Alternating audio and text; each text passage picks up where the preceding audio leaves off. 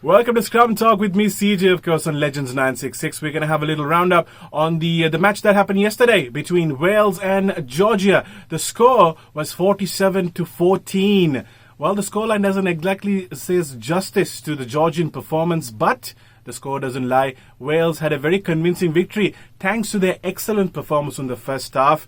Everyone scored throughout this game, and it was a very, very dominating experience for the Welsh team.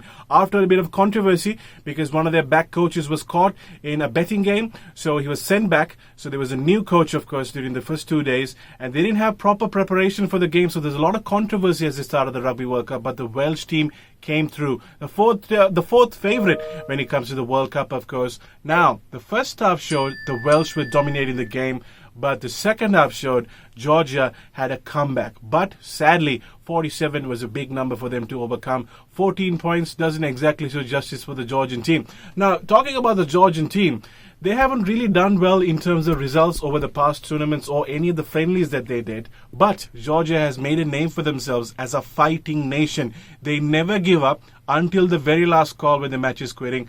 They will still fight for it. And that's what they did in the second half performance. Even the Georgian coach in the post-match press conference was saying, I'm very happy about the performance we had during the game. Sadly, the score didn't actually go our way. Meanwhile, the Welsh team actually said the first half is where we actually won. The second half showed us exposed a lot of mistakes for the Welsh team. So they got to go back to the drawing board and kind of work on some of their things, of course, when it comes to their defense. But the Welsh team come through.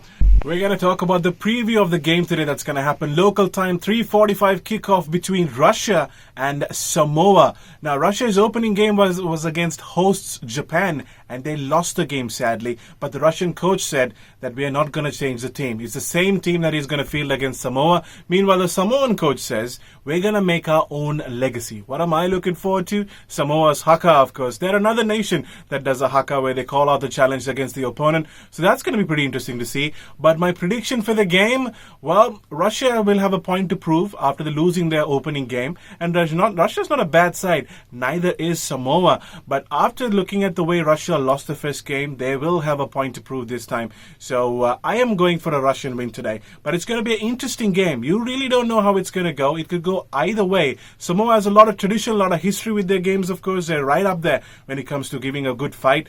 Russia, of course, is a wounded animal. Let's see and find out who actually wins. My prediction is going to be Russia.